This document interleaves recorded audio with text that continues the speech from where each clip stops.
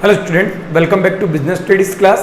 Guys, in last class we completed techniques of motivation. बच्चों जो हमारी लास्ट क्लास हुई थी उस लास्ट क्लास में हमने मोटिवेशन की कुछ टेक्निक्स थी जिन्हें डिस्कस कर लिया था. टेक्निक्स थी फाइनेंशियल टेक्निक्स और आपकी नॉन फाइनेंशियल टेक्निक्स. क्लियर है? फाइनेंशियल और नॉन फाइनेंशियल टेक्निक्स को जब हमने डिस्कस किया था तो उस समय हमने देखा था कि हम एक एम्प्लॉय को फाइनेंशियली यानी हम उसको अलाउंस देके, बोनस देके, प्रॉफिट को शेयर करके हम उसे मोटिवेट कर सकते हैं. और नॉन फाइनेंशियल टेक्निक्स के अंदर हमने देखा था कि हम उसको एम्प्लॉय ऑफ द ईयर का अवार्ड देके, ग्रुप डिस्कशन में उनका पार्टिसिपेट करवा के, उनसे डिसीजंस में एडवाइस लेके, उनका प्रमोशन करके भी हम उन्हें मोटिवेट कर सकते हैं. तो हमारा जो बिजनेस स्टडीज का चैप्टर नंबर 4 चल रहा था एक्चुअल में वो था ही मोटिवेशन पे. जैसे कि आप सभी को पता है कि मोटिवेशन एक प्रोसेस थी जिसमें हम किसी इंडिविजुअल को एनकरेज करते हैं कि वो अपनी बेस्ट से बेस्ट परफॉर्मेंस दे और जो डिजायर्ड गोल है उससे वो अचीव करे. फिर हमने उसके कुछ कैरेक्टर्स डिस्कस किए, कुछ इंपॉर्टेंस डिस्कस किए और लास्ट में हमने उसकी कुछ टेक्निक डिस्कस की थी जो फाइनेंशियल और नॉन फाइनेंशियल थी.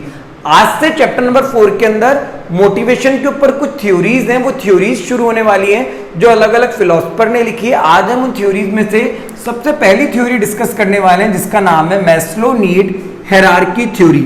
Maslow need hierarchy theory. Actual में मैस्लो ने जो ये थ्योरी लिखी है वो एक ह्यूमन की नीड्स को ध्यान में रखते हुए लिखी है. किसको ध्यान में रखते हुए लिखी है? ह्यूमन की नीड्स को. एक जो व्यक्ति होता है, एक जो पर्सन होता है, उसकी जरूरतों को दिमाग में रखते हुए मैस्लो ने एक थ्योरी लिखी है जिसका नाम है मैस्लो नीड हायरार्की थ्योरी. इसमें मैस्लो ने एक ह्यूमन की, एक पर्सन की 5 जरूरतों के बारे में बताया है और उन 5 जरूरतों को उन्होंने अलग अलग नाम दिया. जैसे एक को नाम दिया फिजियोलॉजिकल नीड, एक को नाम दिया सेफ्टी नीड, एक है बिलोंगिंग एंड लव नीड, एक है एस्टीम नीड और एक है आपकी सेल्फ एक्चुअलाइजेशन नीड. तो आज के मॉड्यूल में मैस्लो की दी हुई थ्योरी जो एक ह्यूमन की नीड पे लिखी गई है, एक व्यक्ति की 5 जरूरतों पे लिखी गई है, आज हम उसे ही डिस्कस करने वाले हैं. तो बेटा इस थ्योरी को पढ़ने के लिए एक रूल है. इस थ्योरी को बॉटम टू टॉप पढ़ा जाता है. यानी कैसे पढ़ा जाता है? Bottom to top. जो सबसे नीचे लिखा है वहां से हमें शुरू करना है, फिर ये आएगा, फिर ये और फिर ये. तो हमारी 5 जरूरतें होती है एक पर्सन की. उन 5 जरूरतों के बारे में हमें डिस्कस करना है. तो देखिए, जब एक बच्चा पैदा होता है तो सबसे पहले उसकी जरूरत होती है खाना. वो खाने के लिए रोता है. जैसे उसकी मदर उसे दूध पिलाती है तो उसका रोना क्या हो जाता है? बंद हो जाता है. तो हम जब पैदा होते हैं तो हमारी सबसे पहली जो जरूरत है वो है खाना, फिर शरीर पे कपड़े और फिर रहने के लिए एक घर. यानी एक पर्सन की एक बेसिक नीड होती है रोटी, कपड़ा और मकान. तो मैस्लो ने क्या किया? मैस्लो ने इस थ्योरी को, पूरी थ्योरी को नाम दिया मैस्लो नीड हायरार्की थ्योरी और उसमें उन्होंने एक ह्यूमन की, एक पर्सन की पहली जरूरत को नाम दिया फिजियोलॉजिकल नीड, जो फिजिकल फॉर्म में, जिसमें क्या आता है? एयर, वाटर, फूड, शेल्टर और क्लोथ. यानी रोटी, कपड़ा और मकान. एक व्यक्ति की सबसे पहली जरूरत जो होती है वो होती है रोटी, कपड़ा और मकान. जब उसके पास रोटी, कपड़ा और मकान तीनों चीजें होती है, उसकी एक नीड जो फर्स्ट नंबर पे आती है, अगर वो पूरी हो जाती है, फुलफिल हो जाती है, सेटिस्फाई हो जाती है, तो वो दूसरी नीड की तरफ बढ़ता है. और दूसरी नीड है सेफ्टी नीड. एक्चुअल में सेफ्टी किसकी?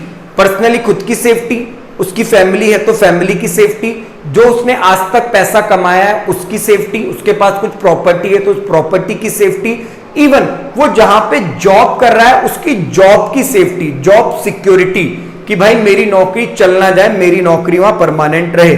उसको ये डर हमेशा सताता रहता है. अगर उसकी फिजियोलॉजिकल नीड पूरी हो जाती है तो अब उसे क्या डर सताएगा? उसे डर सताएगा यार जो मेरे पास प्रॉपर्टी उस पर कोई कब्जा ना कर ले, मेरे यहाँ पे चोरी ना हो जाए, यार मेरी नौकरी ना चल जाए. तो ये क्या है? उसकी सेफ्टी नीड है. कौन सी नीड है? सेफ्टी नीड है, जिसके अंदर आती है पर्सनल सिक्योरिटी की बात, एम्प्लॉयमेंट की बात और प्रॉपर्टी की बात, वेल्थ की सिक्योरिटी की बात, और उसे हम कहते हैं सेफ्टी नीड. जब एक पर्सन की सेफ्टी नीड भी पूरी हो जाती है तो उसकी दूसरी नीड आती है बिलोंगिंगनेस एंड लव. यार अब रोटी, कपड़ा, मकान है, प्रॉपर्टी है, जॉब भी कंफर्म हो चुकी है, सरकारी जॉब है, प्राइवेट सेक्टर के अंदर परमानेंट जॉब है, डर नहीं है किसी चीज का, सब कुछ सिक्योर है. अब क्या करना है? अब लाइफ में फैमिली की बात होगी. किसकी बात होगी? फैमिली की बात होगी. अब फैमिली मतलब अब शादी करनी है, किसी से लव है तो लव की बात हो रही है, फ्रेंडशिप है, मतलब लोगों से इंटरेक्ट करना है, लोगों से जुड़ना है. अब उसकी वो नीड होती है तो उसे नाम दिया गया बिलोंगिंगनेस एंड लव नीड. इसके अंदर बात आती है फ्रेंडशिप की, फैमिली की और सेंस ऑफ कनेक्शन की, मतलब लोगों से जुड़ना है, लोगों से कनेक्शन बनाना है, उनसे बातचीत करनी है और अपनी जरूरतों को पूरा करना है। तो एक ह्यूमन की बेसिकली 3 नीड अभी हमने डिस्कस की है। सबसे पहले आती है फिजियोलॉजिकल नीड, जिसमें बात होती है रोटी कपड़ा और मकान की। फिर आती है सेफ्टी नीड, जिसमें बात होती है पर्सनल सिक्योरिटी की, एम्प्लॉयमेंट की और प्रॉपर्टी की। देन आती है बिलोंगिंगनेस एंड लव नीड, जिसके अंदर वो फ्रेंडशिप, फैमिली और सेंस ऑफ कनेक्शन की बात करता है। अब यार रोटी कपड़ा मकान है, सेफ्टी है, जॉब भी है, शादी भी होगी, फैमिली भी होगी, बच्चे भी होंगे। अब क्या है, अब है एस्टीम नीड्स। क्या है? Esteem needs. एक्चुअल में एस्टीम का मतलब क्या है? अब एक पर्सन का मन करता है कि यार मैं खुद की एक पहचान बनाऊं बाजार में, लोगों के सामने मेरी एक आइडेंटिटी होनी चाहिए, मेरी एक पहचान होनी चाहिए, लोग मेरी इज्जत करें। तो वो होती है रेस्पेक्ट, स्टेटस, रिकॉग्नाइजेशन, आइडेंटिटी, जिसे हम पहचान कह रहे हैं। अब लोगों के बीच में उसे पहचान बनानी। क्यों? हो सकता है अभी तक वो अपने पिताजी के नाम से जाना जाता हो, जो भी पर्सन है, अब उसे खुद की भी एक इमेज लोगों के सामने बनानी है, लोगों के सामने अपनी पहचान बनानी। अब उसकी पहचान बन गई, उसकी उम्र हो गई, सब कुछ हो गया। यार अब क्या चाहिए लाइफ में? रोटी है, कपड़ा है, मकान है, प्रॉपर्टी है, जॉब है, फ्रेंडशिप है, फैमिली है, स्टेटस है, लोग जानते हैं आपकी आइडेंटिटी, आपकी पहचान है। मगर अब क्या चाहिए? अब चाहिए आपको सोशल सर्विसेज। अब आप कुछ ना कुछ समाज के लिए भी करना चाहते हो, आप मेडिटेशन करना चाहते हो सकता है आप किसी तीर्थ यात्रा पे जाना चाहते हो, खुद के लिए जीना चाहते हो। अब वो बात हो रही, तो उस नीड को कहा गया है सेल्फ एक्चुअलाइजेशन नीड। तो मैस्लो के अकॉर्डिंग एक ह्यूमन की, एक पर्सन की 5 जरूरतें होती है। पहली होती है फिजियोलॉजिकल नीड, रोटी कपड़ा मकान। दूसरी जरूरत होती है safety need, personal security, employment और प्रॉपर्टी की बात। तीसरी नीड होती है बिलोंगिंगनेस एंड लव की बात, जिसमें फ्रेंडशिप, फैमिली की बात आती है। चौथी जो नीड है वो एस्टीम नीड है, जिसमें वो खुद की पहचान, खुद का स्टेटस बनाने की बात करता है। और पांचवी जो नीड है वो है सेल्फ एक्चुअलाइजेशन नीड, जिसमें वो सोशल सर्विसेज, मेडिटेशन और खुद के लिए समय निकालने की बात करता है। क्लियर है? तो आई होप कि आप लोगों को मैस्लो की थ्योरी समझ आई होगी। जैसे फॉर एग्जांपल ले लेते हैं, जैसे लेट अज्यूम कि मैं हूं। फॉर एग्जांपल जब मेरा जन्म हुआ तो मेरी नीड थी रोटी कपड़ा मकान, मुझे मिला। देन मेरी जो नीड थी, ठीक है, वो यहाँ पे क्या थी, आपके पर्सनल सिक्योरिटी और एम्प्लॉयमेंट है मेरे पास, सिक्योरिटी है, वेल्थ की, सब कुछ है।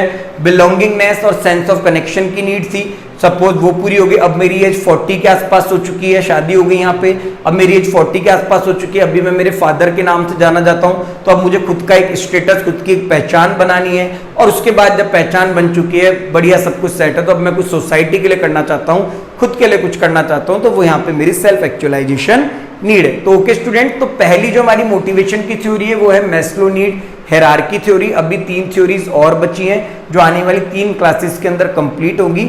आप सभी के लिए मैं बता देता हूँ, मैस्लो बहुत इंपॉर्टेंट है, एग्जाम में डेफिनेटली इसमें से क्वेश्चन पूछा जाता है। इसे बॉटम टू टॉप रीड करना है, आपको 5 नीड्स के नाम याद करने हैं और फिर आपको अपनी लैंग्वेज में लिखना होगा फटाफट से कि किसमें कौन सी नीड होती है। Clear student? तो आई होप कि आप सभी को समझ आया होगा। Okay student, thank you.